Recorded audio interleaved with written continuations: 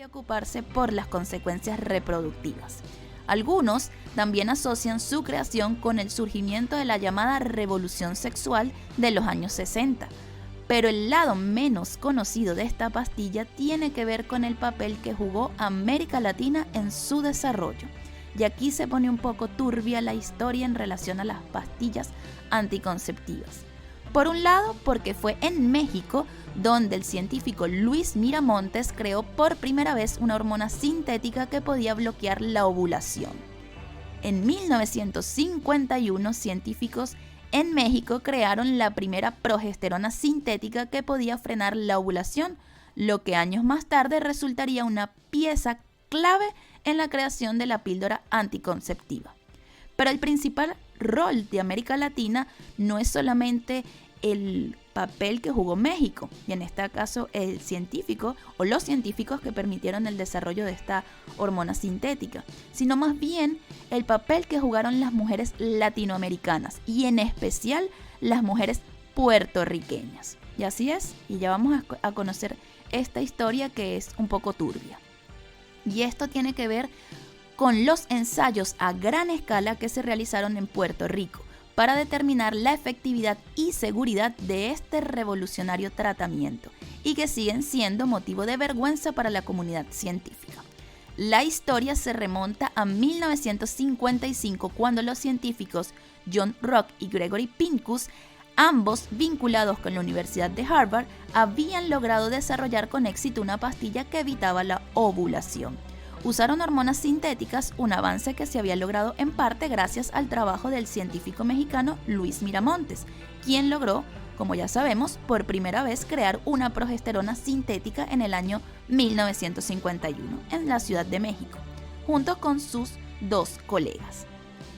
Rock y Pincus necesitaban probar en humanos esta píldora para ver sus efectos, pero no tenían éxito reclutando voluntarias en Boston, donde estaban basados. Muchas mujeres abandonaban las pruebas clínicas debido a los severos efectos secundarios, como fueron dolor, coágulos de sangre, hemorragias y náuseas. La píldora original contenía cantidades muy altas de hormonas y causaba efectos secundarios que podían ser bastante severos. Ansiosos por avanzar, los médicos recurrieron a prácticas poco éticas. Probaron su píldora en mujeres con enfermedades mentales, que eran pacientes de un hospital asociado con Harvard. Pero eso tampoco fue suficiente. Si querían lograr el permiso de la poderosa Administración de Alimentos y Medicamentos de los Estados Unidos, conocida como FDA por sus siglas en inglés, debían realizar ensayos masivos. Fue entonces que los médicos decidieron ir a Puerto Rico. A diferencia de Estados Unidos, donde había legislación que restringía el uso de anticonceptivos, en el país caribeño, en Puerto Rico, estaban permitidos e incluso eran fomentados por las autoridades que querían frenar el crecimiento poblacional. Los científicos se asentaron en Río Piedras, un barrio humilde en el municipio de San Juan, y reclutaron a mujeres de bajos recursos. Se estima que a lo largo de varios años, cerca de 1.500 mujeres participaron en las pruebas.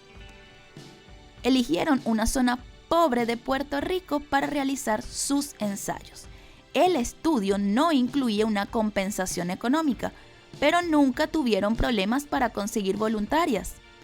Delia Mestre, una de las mujeres que participó en el ensayo, declaró: "Nos sumamos rápidamente sin miramientos. A las mujeres se les dijo que se trataba de un medicamento que evitaría que tuvieran niños que no podían mantener". Así se lo explicó en 2004 al diario The Orlando Sentinel.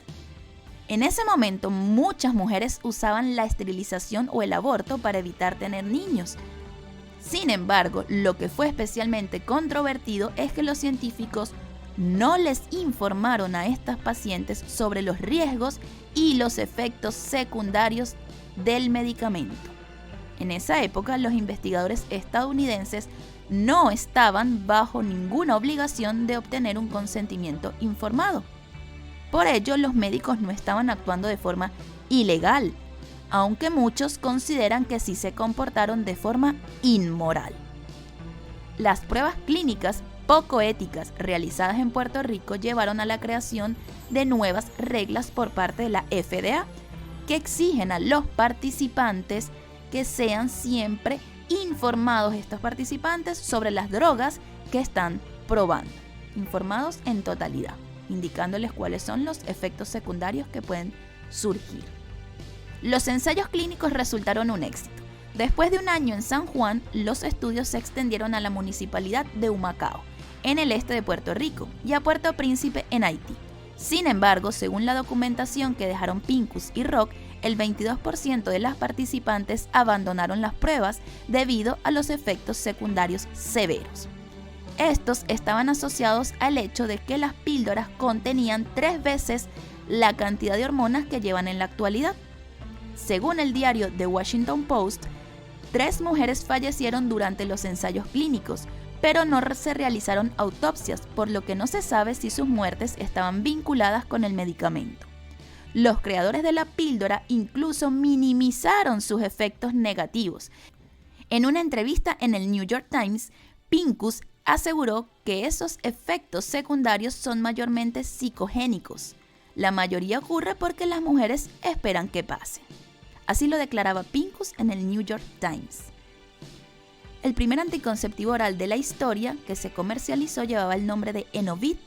Fue todo un éxito, pero las puertorriqueñas que fueron clave para su desarrollo no tuvieron acceso a la píldora. Además de ignorar sus problemas, los padres de la píldora también abandonaron a sus pacientes latinoamericanas. Tras concluir los ensayos clínicos y una vez que la FDA aprobó el anticonceptivo oral, cuyo nombre comercial fue Enovit, en el año 1960, los médicos dejaron las islas caribeñas y nunca recompensaron a sus pacientes ni les brindaron el medicamento que habían ayudado a crear. Con un precio de $0.5 por pastilla, la mayoría de estas mujeres no volvieron a tener acceso a la píldora. En cambio, Pincus y Rock pasaron a la historia como 2 de los hombres que más contribuyeron a la liberación femenina.